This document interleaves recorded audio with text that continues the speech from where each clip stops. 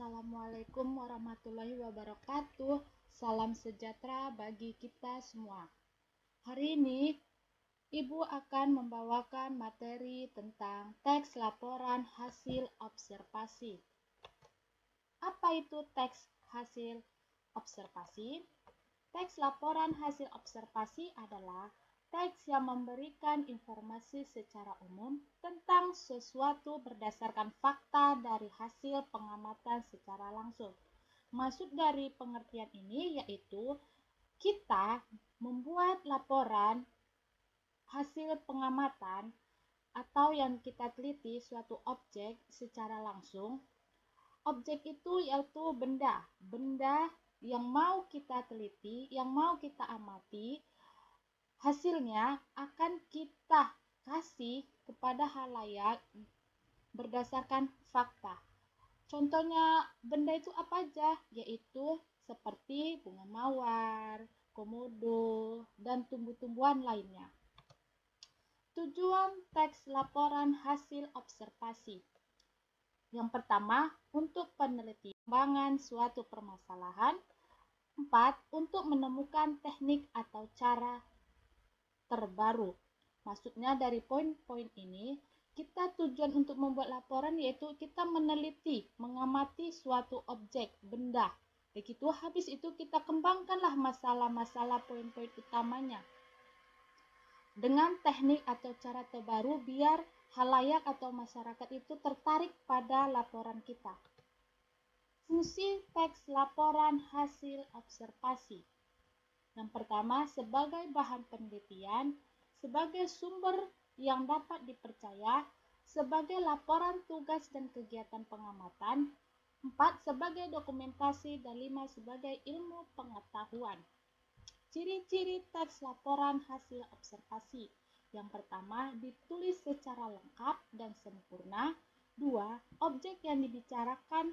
3. Ditulis berdasarkan fakta sesuai pengamatan yang telah dilakukan. 4. Disajikan secara menarik baik kata dan bahasa. Maksud dari poin-poin ini, yang 4 poin ini, ciri-cirinya yaitu kita mengamati suatu benda itu, membuat kalimatnya menjadi buat laporan itu dengan menggunakan kata-kata yang menarik, kosakata bahasa yang baik, sopan santun, dan informasinya itu fakta, nyata, tidak non-fiksi atau tidak nyata. Kita tidak boleh membuat laporan hasil observasi ini, tidak boleh informasinya tidak nyata. Jadi kita harus mengamati suatu objek itu secara langsung. Dan kita mencari informasi itu secara langsung bisa melewati Google, internet, atau koran, atau buku-buku lainnya yang ada di perpustakaan.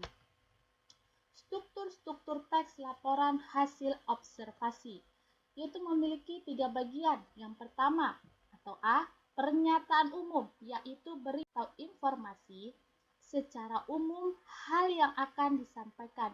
Maksud dari pernyataan umum itu, sebelum kita mencari objek atau bendanya, kita gali dulu apa itu bendanya. Habis itu sudah tahu kita bendanya itu apa, baru kita letak di paragraf paling awal ya. Paling awal ya, Nak. Jadi setiap membuat pernyataan umum atau membuat laporan itu kalimatnya harus yang baik pada awalnya. Yang di deskripsi bagian, yaitu terdapat isi, rincian, pembahasan, dan penjelasan secara detail.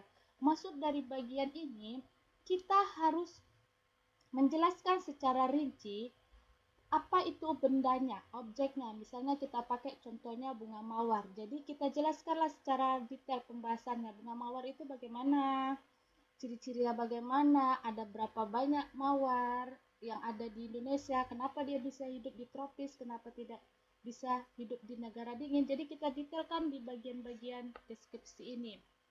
Yang C, deskripsi manfaat, yaitu berisi fungsi atau manfaat objek yang diamati dalam kehidupan.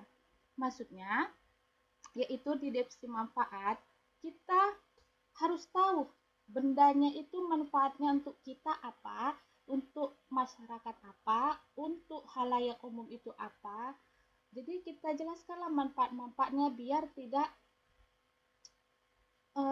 bingung bendanya itu apa. Misalnya kita pakai contohnya tadi mawar, kita definisikan secara detail mawar itu apa. Habis itu kita cari manfaatnya mawar itu untuk kehidupan kita apa, atau untuk karangan di rumah kita bagaimana. Itulah manfaatnya, fungsinya apa, apakah bisa bunga mawar itu diletakkan atau bisa dibuat sebagai teh. Contohnya teks laporan hasil observasi. Jadi ibu ambil anak-anak ibu contohnya